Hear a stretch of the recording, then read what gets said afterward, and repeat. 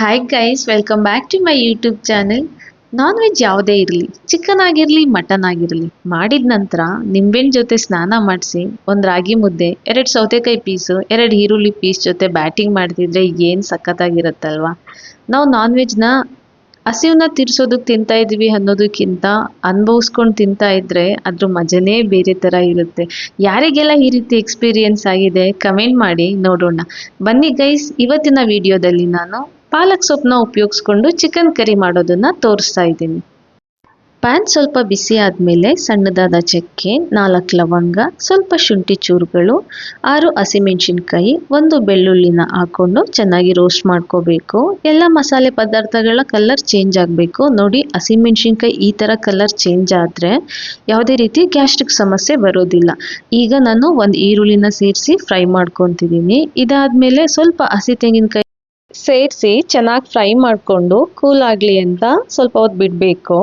ನಂತರ ನಾನಿಲ್ಲಿ ಒಂದು ಮಿಕ್ಸಿ ಜಾರ್ಗೆ ಸ್ವಲ್ಪ ಕೊತ್ತಂಬರಿ ಸೊಪ್ಪನ್ನ ಸೇರಿಸ್ತಾ ಇದ್ದೀನಿ. ಕೊತ್ತಂಬರಿ ಸೊಪ್ಪನ್ನು ನಾನು ಫ್ರೈ ಮಾಡ್ಕೊತಿಲ್ಲ, ಹಸಿದೇನೆ ಹಾಕ್ಕೊತೀನಿ, ಚೆನ್ನಾಗಿರುತ್ತೆ ಆಗ. ಈಗ ತಣ್ಣಗಾಗಿರೋ ಮಸಾಲೆ ಪದಾರ್ಥಗಳನ್ನ ಹಾಕ್ಕೊಂಡು ನಾವು ಗ್ರೈಂಡ್ ಮಾಡ್ಕೋಬೇಕು.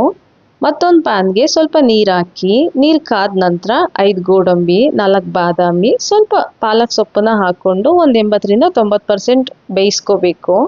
ಕರಿಗೆ ಬಾದಾಮಿ ಮತ್ತು ಗೋಡಂಬಿ ಈ ಥರ ಹಾಕೋದ್ರಿಂದ ಟೇಸ್ಟ್ ತುಂಬ ಚೆನ್ನಾಗಿರುತ್ತೆ.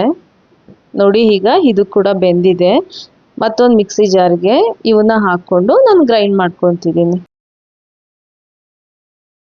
ಇವಾಗ ಮೇನ್ ಚಿಕನ್ ಕರಿ ಮಾಡೋದಕ್ಕೆ ಪ್ಯಾನ್ ಕಾದ ನಂತರ ನಾನು ಸ್ವಲ್ಪ ಆಯಿಲ್ನ ಹಾಕ್ಕೊತಿದ್ದೀನಿ. ನೋಡಿ, ಈ ಥರ ಸ್ಪ್ರೇ ಬಾಟಲ್ನ ಯೂಸ್ ಮಾಡೋದ್ರಿಂದ ಎಣ್ಣೆ ಕ್ವಾಂಟಿಟಿ ತುಂಬ ಕಡಿಮೆ ಬರುತ್ತೆ, ಜಾಸ್ತಿ ಬರೋದಿಲ್ಲ.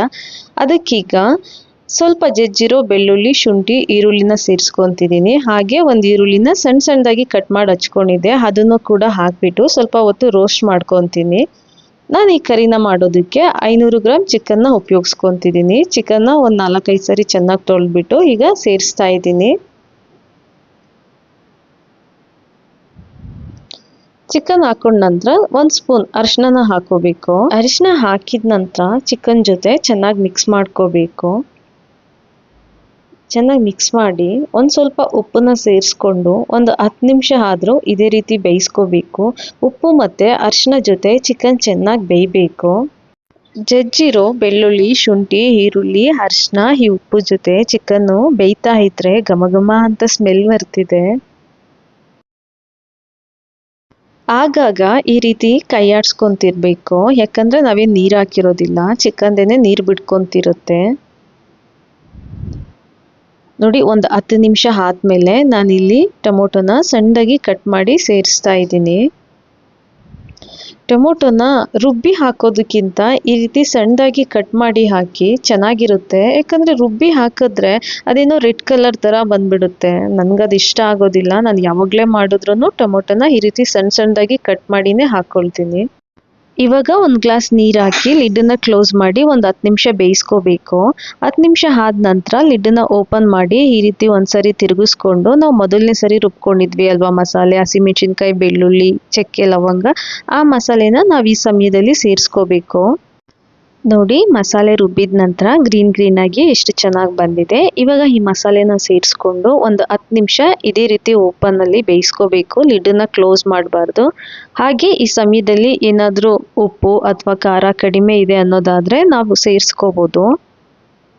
10 ನಿಮಿಷ ಆದ ನಂತರ ನಾನಿಲ್ಲಿ 1 ಸ್ಪೂನ್ ಧನಿಯಾ ಪೌಡರ್ನ ಸೇರಿಸ್ತಾ ಇದ್ದೀನಿ. ಇಲ್ಲಿ ಯಾವುದೇ ರೀತಿ ಸಾಂಬಾರು ಪೌಡರ್ ಅಥವಾ ಎಕ್ಸ್ಟ್ರಾ ನಾನೇನು ಸೇರಿಸ್ತಾ ಇಲ್ಲ, ತುಂಬ ಕಡಿಮೆ ಪದಾರ್ಥಗಳನ್ನ ಯೂಸ್ ಮಾಡ್ಕೊತಿದ್ದೀನಿ. ನಾವು ನಾನ್ ವೆಜ್ ಯಾವಾಗಲೇ ಮಾಡಿದ್ರೂ ಕೂಡ ಸ್ವಲ್ಪ ಕಡಿಮೆ ಪದಾರ್ಥಗಳನ್ನ ತಗೋಬೇಕು ಮತ್ತು ಚೆನ್ನಾಗಿ ರೋಸ್ಟ್ ಮಾಡಿ ಮಾಡ್ಕೋಬೇಕು, ಆವಾಗ ಟೇಸ್ಟ್ ತುಂಬ ಚೆನ್ನಾಗಿರುತ್ತೆ. ಧನಿಯಾ ಪೌಡರ್ ಹಾಕೊಂಡ ನಂತರ ಈ ರೀತಿ ಚೆನ್ನಾಗಿ ಚಿಕನ್ ಜೊತೆ ಮಿಕ್ಸ್ ಮಾಡ್ಕೋಬೇಕು. ಮಿಕ್ಸ್ ಮಾಡಿ ಒಂದು 2-3 ನಿಮಿಷ ಆದ ನಂತರ ಆವಾಗಲೇ ನಾವು ಪಾಲಕ್ ಸೊಪ್ಪು ಮತ್ತು ಬಾದಾಮಿ, ಗೋಡಂಬಿನ ರುಬ್ಕೊಂಡಿದ್ವಲ್ಲ ಅದನ್ನು ಸೇರಿಸ್ತಾ ಇದ್ದೀನಿ. ನೋಡಿ, ಆಲ್ರೆಡಿ ಚಿಕನ್ ಗ್ರೇವಿ ರೆಡಿ ಆಗಿಬಿಟ್ಟಿದೆ. ಒಂದು 80% ಆಗಿದ್ದಾದ್ಮೇಲೆ ನಾವು ಪಾಲಕ್ ಸೊಪ್ಪನ್ನ ಸೇರಿಸ್ಕೋಬೇಕು. ಪಾಲಕ್ ಸೊಪ್ಪು ಹಾಕಿದ ನಂತರ ತುಂಬ ಹೊತ್ತು ಬೇಯಿಸ್ಕೊಳೋದು ಬೇಡ. ಒಂದು 6ರಿಂದ 7 ನಿಮಿಷ ಸಾಕು. ಲೋ ಫ್ಲೇಮಲ್ಲಿ ಇಟ್ಕೊಂಡು ನಾವು ಫ್ರೈ ಮಾಡ್ಕೋಬೇಕಾಗತ್ತೆ. ಪಾಲಕ್ ಸೊಪ್ಪನ್ನ ನಾವು ಅವಾಗಲೇ ಬೇಯಿಸ್ಕೊಂಡೇ ರುಬ್ಕೊಳ್ಳೋದ್ರಿಂದ ಈ ಸಮಯದಲ್ಲಿ ತುಂಬ ಹೊತ್ತು ಬೇಯಿಸ್ಕೊಳ್ಳೋದು ಬೇಡ.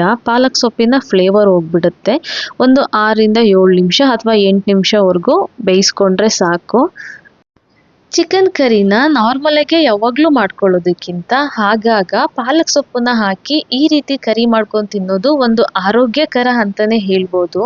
ನೋಡಿ, ಒಂದು 6ರಿಂದ 7 ನಿಮಿಷ ಫ್ರೈ ಮಾಡಿಕೊಂಡ್ರೆ ಚಿಕನ್ ಪಾಲಕ್ ಕರಿ ರೆಡಿ ಆಗುತ್ತೆ.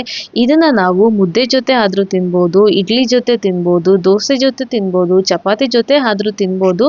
ಒಂದ್ಸರಿ ನೀವು ಟ್ರೈ ಮಾಡಿ. ಈ ರೆಸಿಪಿ ವಿಡಿಯೋ ನಿಮ್ಗೆ ಇಷ್ಟ ಆಗಿದ್ರೆ ಈ ವಿಡಿಯೋಗೊಂದು ಲೈಕ್ ಕೊಟ್ಟು ಶಶಿ ಚಲಾಲಿ ಯೂಟ್ಯೂಬ್ ಚಾನಲ್ನ ಇವಾಗಲೇ ಸಬ್ಸ್ಕ್ರೈಬ್ ಮಾಡ್ಕೊಳ್ಳಿ. ನಾನು ಮತ್ತೆ ಭೇಟಿ ಮಾಡ್ತೀನಿ ಮತ್ತೊಂದು ವಿಡಿಯೋದಲ್ಲಿ. Thank you.